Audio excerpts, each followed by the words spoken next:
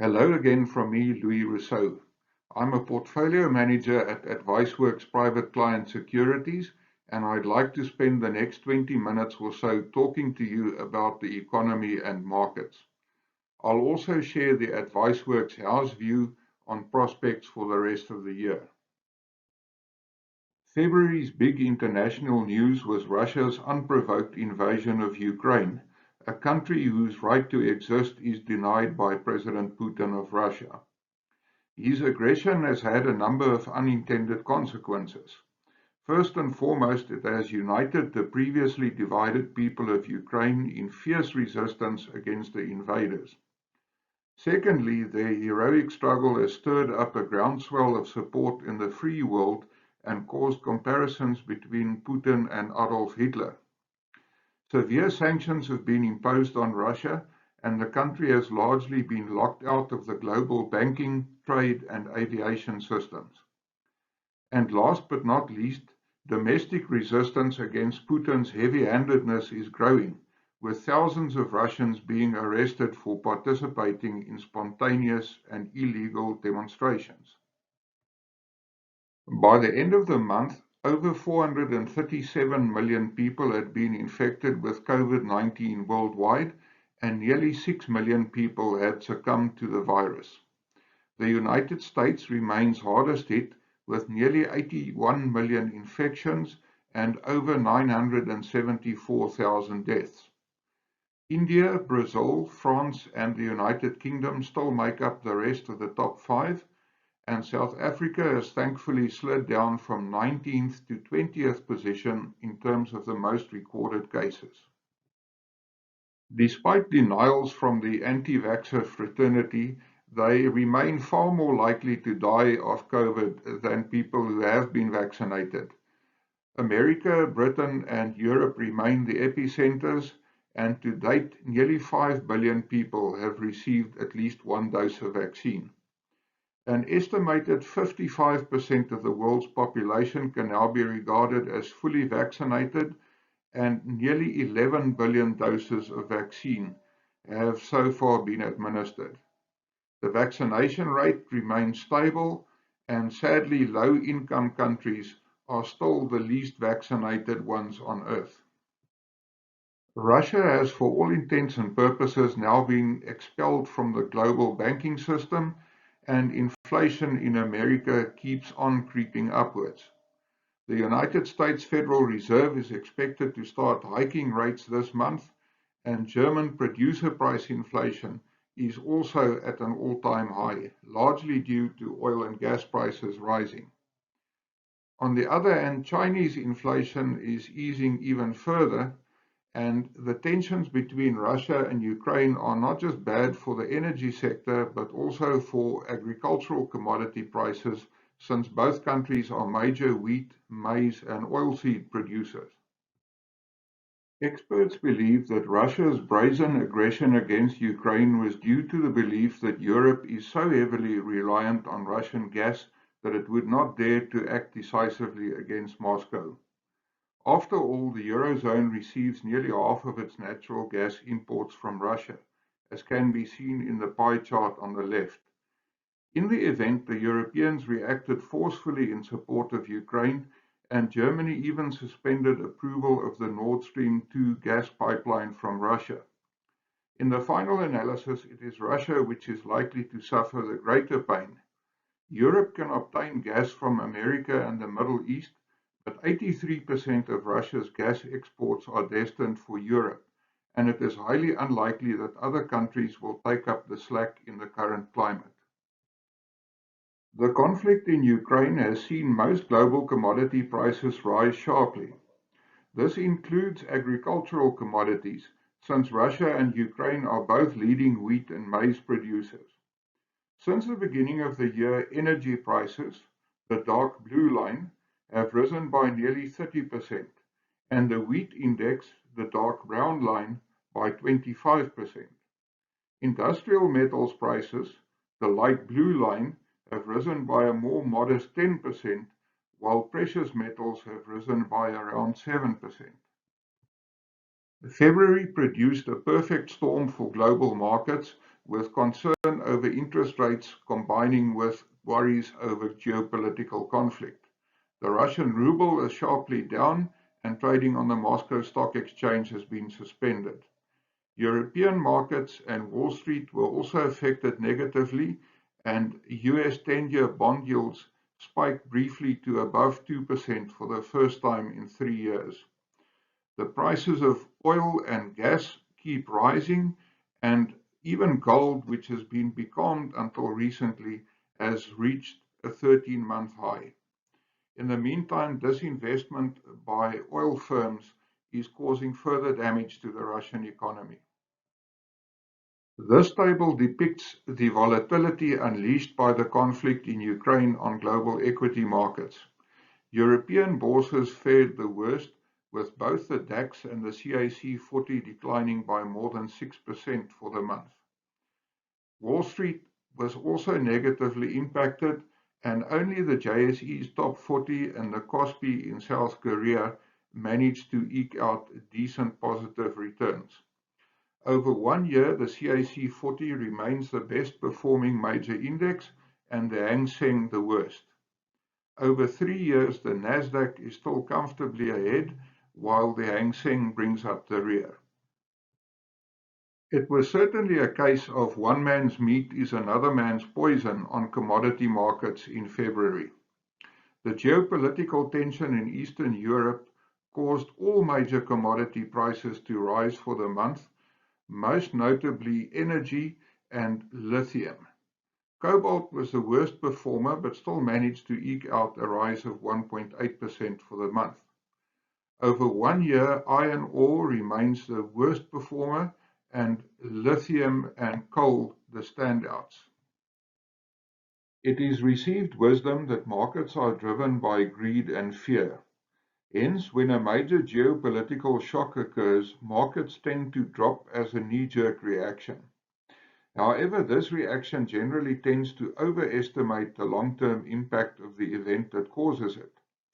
This graph depicts how long it took the US S&P 500 index to recover to its pre-event levels after a number of major geopolitical events over the past 80 years, and shows clearly that bear markets are caused by economic fundamentals, not politics or war. After the infamous Japanese attack on Pearl Harbor, the index recovered within 10 months, and the effect of Iraq's invasion of Kuwait lasted a mere 6 months. On average, geopolitical shocks dragged the market down for about 5 weeks, and it is unlikely that Russia's invasion of Ukraine will be an exception to this rule. This graph shows how the US technology sector has performed relative to the S&P 500 index, the dark blue line measured against the left-hand scale, and the exposure of equity funds to the sector, the light blue bars measured against its long-term average on the right-hand scale. It makes a telling point, which is that when the technology sector does well, fund managers increase their buying of tech shares and vice versa. In recent times, there have been 3 occasions when this turned into a vicious cycle: the bursting of the dot-com bubble, the second Gulf War, and the global financial crisis of 2008. Since then, the cycle has turned self-sustaining, but we may be on the verge of the next correction phase. We believe that the impact of Russia's invasion of Ukraine can be summarized as follows. Over the short term, some of the outcomes will be higher energy and food prices, an increase in equity market volatility, a rise in commodity prices, and an increase in the gold price. Longer term, we believe that this will contribute to inflation staying higher for longer, a decrease in Europe's growth potential, and an increase in polarization between Russia and China on the one hand and the West on the other. Since Adviceworx portfolios have very little exposure to Russia and are well diversified, our clients need not lose sleep over the long-term impact of this event. Locally, the newsmaker of the month was the recently appointed Minister of Finance, Enoch Godongwana, who delivered his maiden budget speech on the 23rd of February. The budget was generally well received and its tone was fiscally prudent. The minister resisted pressures from populist circles to try and buy votes through increased social spending and instead focused on keeping government's debt burden under control and avoiding new taxes while limiting increases to existing ones. By the end of February, nearly 3.7 million South Africans had tested positive for COVID-19 and just under 100,000 had succumbed to the disease. Although the Omicron variant continues to spread at a rapid rate, it is clear that the fourth wave is petering out. Hospitalizations are fewer and the daily death toll has become almost insignificant. Most lockdown restrictions have been lifted. Schools have been reopened and self-isolation mandates lifted. Although only 28% of South Africans are fully vaccinated, it is estimated that up to 70% of the population have been infected at some stage and therefore possess antibodies. Consumer price inflation softened in January, driven by the cost of goods rather than services. This was largely due to higher fuel and food prices. Sadly, the price of fuel continues to rise, which should drive inflation higher again. Heavy summer rainfall is doing more harm than good in some areas, but notwithstanding this, South Africa exported more food and drink than ever in 2021. Mark Barnes still wants to buy the South African Post Office, and the ANC insists it is serious about building so-called smart cities, even as existing cities and towns decay. In his State of the Nation address, President Ramaphosa admitted that the private sector is the primary engine of job creation and that government should focus on creating an enabling environment for this. He also conceded that the current regulatory environment is not business-friendly and announced measures aimed at rectifying this. These include a business enabling unit in the presidency, allowing the private sector to participate in rail freight, auctioning off more communication frequencies, and cracking down on so-called economic sabotage. The 2022-23 budget speech contained numerous positive elements. The deficit was smaller than anticipated thanks to a tax windfall, and this allowed the Treasury to reduce the corporate tax rate and forego personal income tax increases. Bracket creep was largely avoided, and sin tax hikes were smaller than in recent years. Minister Godongwana also made it clear that civil servants and SOEs should lower their future expectations. He also increased the proportion of assets that pension funds are allowed to invest in the rest of Africa and offshore. The two glaring concerns were the gloomy forecasts for GDP growth and therefore tax revenue, and a lack of commitment to decisive structural reforms. The budget speech was less gloomy about South Africa's government debt burden than the recent medium-term budget policy statement, largely because tax revenues were better than expected last year. The latter speech had forecast a series of annual increases which would increase government debt as a percentage of GDP from 74.7% this year to 78.1% in 2025-26 before declining. This projection has now been revised downwards, starting at 72.8% this year and starting to drop a year earlier and at a lower level, 75.1%.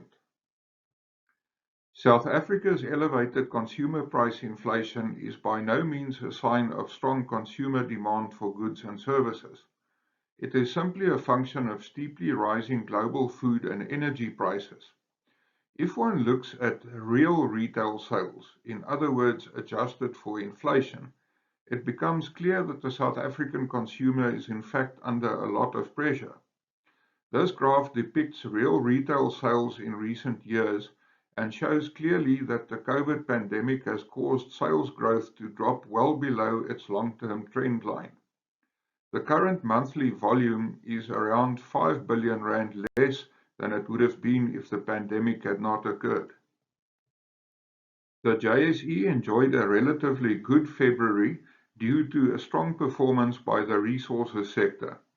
Naspers and Prosus continue to weigh on the market, while resources counters should continue to do well going forward. Bonds and the rand performed well, and foreigners have seemingly rediscovered their appetite for South African securities. PSG wants to unlock value for shareholders by delisting, and Investec plans to distribute more than half of its stake in asset manager 91 to shareholders. Meanwhile, the Mondi share price was hit by its exposure to Russia. The rand is currently enjoying one of its periodic purple patches against the US dollar. Over time, the local currency seems destined to depreciate against the greenback because South Africa normally has a higher inflation rate and investors demand a risk premium from a country perceived as unpredictable. The current exchange rate of around 15.30 Rand to the dollar, the grey line, is considerably stronger than the 16.93 Rand per dollar suggested by the long-term trend, the green line, and the Adviceworx model, the blue line, which indicates a rate above 19 Rand to the dollar. The rand seems overbought at these levels, and now might be a good time to take assets offshore. The JSE enjoyed a net inflow of foreign capital last week to the tune of 2.6 billion rand, while the bond exchange lost nearly 3.5 billion rand. For the year to date, both markets are in the green though. The JSE is up by nearly 7 billion rand and the bond exchange by more than 26 billion rand. The current Adviceworx tactical asset allocation view can be summarized as follows. We see value in domestic equities and are looking to increase our exposure to this asset class by 1 to 2%. We retain our overweight position in domestic bonds and our underweight position in domestic cash. We also retain our underweight position regarding domestic property. On the international front, we are still positive about equities despite the stretched valuations, and we retain our maximum underweight position relative to global bonds. As far as international property is concerned, we remain positive on the asset class. Thank you very much for your time and interest.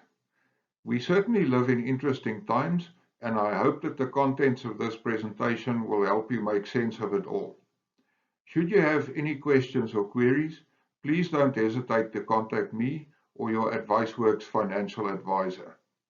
I wish you good luck and good health until next time.